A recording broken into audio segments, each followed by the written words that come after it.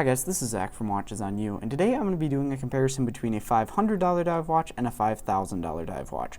So these watches are both Swiss timepieces. On the left we have the lower end option, which is the Tissot Seastar Powermatic 80, and on the right we have the Omega Seamaster Professional 300 meter.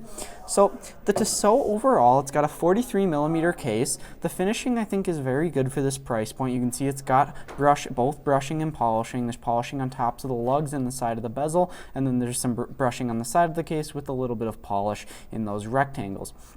Overall, though, this finishing doesn't really, it's definitely not as good as the Omega. I'd say it's great for this price point, but it cannot match to the Omega whatsoever. I mean, you can just, when you compare the side cases, the Omega just looks so much cleaner.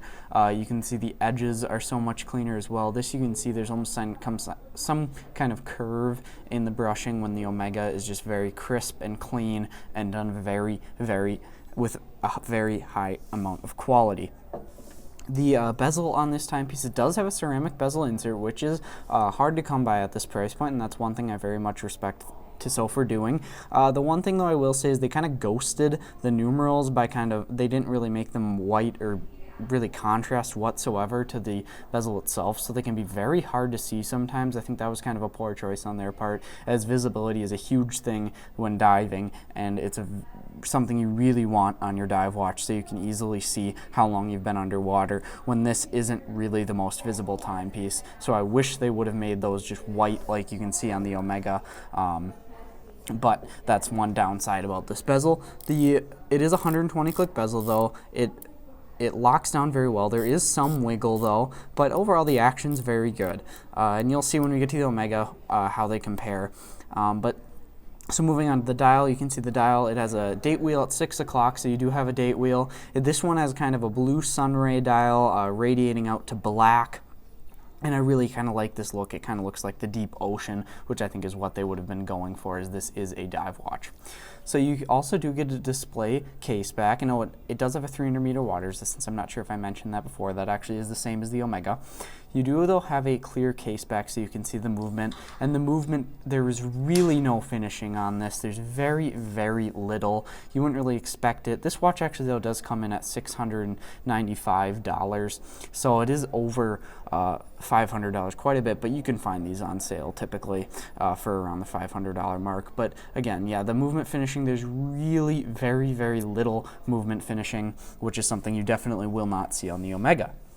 So moving to the Omega, you can see the dial right away. It really, really pops. It's not a sunray, it's just a blue dial. It has the wave dial, and then you have this big sapphire bezel, and ceramic bezel, and you can see that this just pops a lot more. It's quite a bit more legible than the Tissot. This is a 42mm case, so it is a tad smaller than the Tissot. You can see through the clear case back here. I'll just take this sticker off so you can see the finishing. The finishing on this movement is absolutely fantastic. Lots and lots of Côte d'Genève on there. Looks absolutely stunning. This also has a very high magnetic resistance, which is a great thing, so you don't have to worry about accidentally magnetizing your watch and ruining its accuracy. Now that is a simple fix if it happens, but it's just one less thing to worry about having to fix, which is a great thing. You do get a helium escape valve, so if you're ever saturation diving, you will definitely need that. The Tissot does not have a helium escape valve, so you will not be able to saturation dive with that timepiece. When this one you can, because it has that extra feature. It is a manual, so when you're in the diving bell, you just unscrew it, and then it would be active. So the bezel is a lot smoother on this, locks down a bit tighter, 120 click as well, feels very, very nice. I think they really improved the bezel with this new Omega Seamaster, and I think they did a great job. The case finishing, though, as you can see between these, the Omega is just so much more clean and crisp, and it just looks quite a bit nice. You can tell the Omega is a lot higher quality than the Tissot. You can see there's kind of some curvature in the brushing versus the Omega. It's just flat and straight, and it's done very, very well.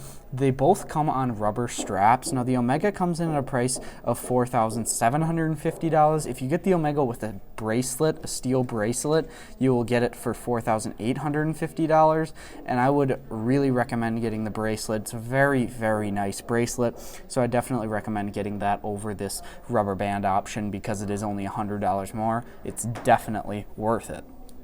So overall, the reason that some of you may be asking, what is the reason for me to buy a much more expensive watch around the $5,000 mark in this case versus the $500 counterpart?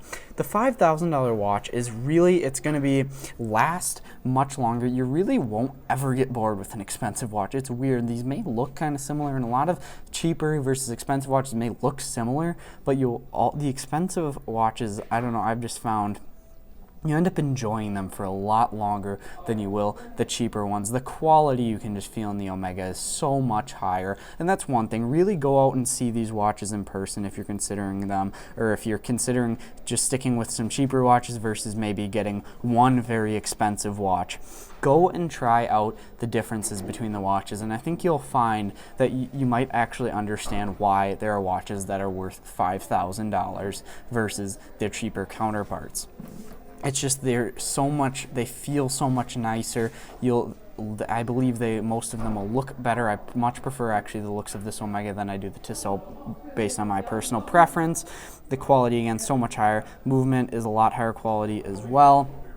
So I'll be leaving links in the description to these timepieces, as well as JB Hudson Jewelers website. They lent us these two watches for the purposes of this review. I'd also like to mention we have an Amazon store that will be linked in the description. That's our channel Amazon store. It's all Amazon items. It's our favorite kind of straps, watch tools, and various accessories that we have found to be good on Amazon. And if you do buy something off of there, it does support the channel by giving us a little bit of a commission of those items. So thank you guys for watching this video. Remember to like, subscribe, and share. Thanks.